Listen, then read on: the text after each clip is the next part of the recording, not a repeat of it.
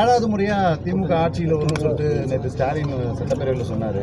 2.1 தான் பார்த்தீங்க, 2.2 வந்து வரப்போகுது.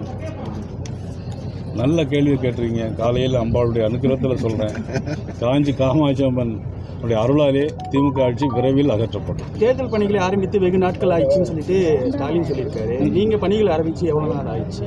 தேர்தல் பணி 2026 இது தேர்தல் இன்னும் ஒரு வருஷம் இருக்குது. அவர் வேணால் ஆரம்பிச்சிருக்கலாம். தேர்தல் வரும்போது தேர்தல் பணி ஆரம்பிக்கிறது மக்கள் யார் வர வேண்டும்னு தீர்மானம் பண்ணுவது மக்கள் தான் தீர்மானிக்கணும் தவிர அவர்கள் தேர்தல் வேலையை ஆரம்பித்ததுனால ஒன்றும் நடைமுறைக்கு ஒன்றும் வித்தியாசமாக இருக்க போகிறது. தமிழக வெற்றி கழகத்தோட இந்த கூட்டணி வந்து பேச்சுவார்த்தை நடைபெறுது பாஜக கூட அப்படிங்கிற மாதிரி ஒரு அரசியல் புதுசாக ஒரு தகவல் வருது.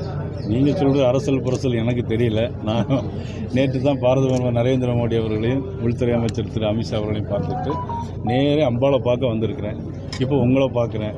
நாளைக்கு கோட்டையில் நம்ம எல்லோரும் பார்ப்போம்.